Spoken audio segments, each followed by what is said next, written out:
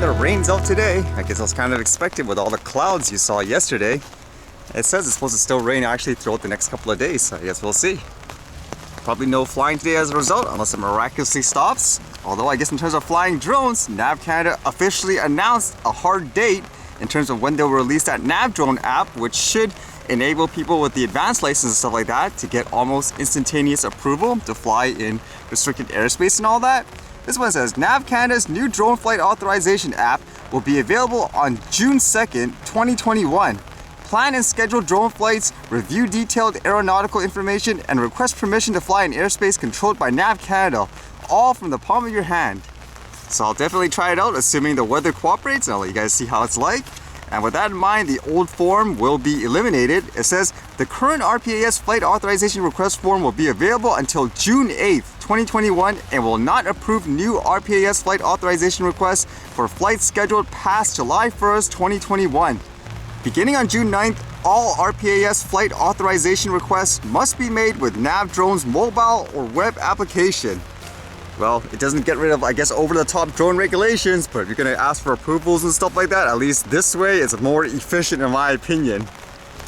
And then I read this, which is really interesting to think about. It deals with all those recent stories where apparently people found out that in Wuhan, some doctors got sick in 2019, where the assumption is for the COVID virus that it potentially came from a lab, whereas a lot of theories before was it either came from a lab or it was basically natural, transmitted from like an animal or something like that. And during last year, to my knowledge, a lot of social media sites, they were actually banning or blocking people who even made mentions that it potentially came from a lab. So read this one. It says, Facebook no longer treating man-made COVID as a crackpot idea. Facebook's policy tweak arrives as support surges in Washington for fuller investigation into the origins of COVID-19. Facebook will no longer take down posts claiming that COVID-19 was man-made or manufactured, a company spokesperson told Politico on Wednesday, a move that acknowledges the renewed debate about the virus's origins. Facebook announced in February it had expanded the list of misleading health claims that it would remove from its platforms to include those asserting that COVID-19 is man-made or manufactured. The tech giant has updated its policies against false and misleading coronavirus information, including its running list of debunked claims, over the course of the pandemic in consultation with global health officials. But a Facebook spokesperson said Wednesday that the origin language had been stricken from the list due to the renewed debate about the virus's roots. In light of ongoing investigations into the origin of COVID-19 and in consultation with public health experts, we will no longer remove the claim that COVID-19 is man-made from our apps, the spokesperson said in an email statement. We're continuing to work with health experts to keep pace with the evolving nature of the pandemic and regularly update our policies as new facts and trends emerge. So that's really interesting to think about, just in terms of that debate, whether or not platforms should remain a platform and not be, I guess, the dictators of what the truth is per se. Like in this case, you can clearly see they did take one side in terms of the information, and now they're completely, I guess, flip-flopping, saying, oh, maybe there's some truth to this or something like that, so let's reopen it again. That's why I said, imagine if this actually ends up being true, where it was created in a lab or something like that. Look at all the information that ended up being inaccurate and so forth. That's why I said it's kind of dangerous to take the extreme of one end or the other. I mean, ultimately, in my opinion, when it comes to platforms like these, they should remain a platform unless someone is doing something explicitly, like, let's say dangerous, like they're threatening people, like, I'm going to shoot you or something like that, to the extreme. That's a little different. But when it comes to information in general, I think overall, you're an adult and all that, for example, you should be able to determine what you read. Let me put the facts together, this doesn't make sense, etc., etc. Because what happens if it's like a case like this, where it ends up like, uh-oh, like there was some truth to that and all that. I mean, people should have that information, I would think, overall. For the most part too, for me personally, I personally worry more about if people are constantly silencing, let's just say, another side. I'll be wondering, why are you silencing them? If you think your facts or whatever shows 100% like they're nut jobs or whatever like that, then let them say it, in my opinion. Because if you're basically constantly saying, oh, no, completely dismiss it, ignore, it makes me wonder why. Is there some truth to that or something like that? That's how I think anyways, with a lot of topics and all that. It reminds me of food and nutrition topics. One day you could have a group saying, this food is a superfood, it's the best in the world, it's so jam-packed with nutrition.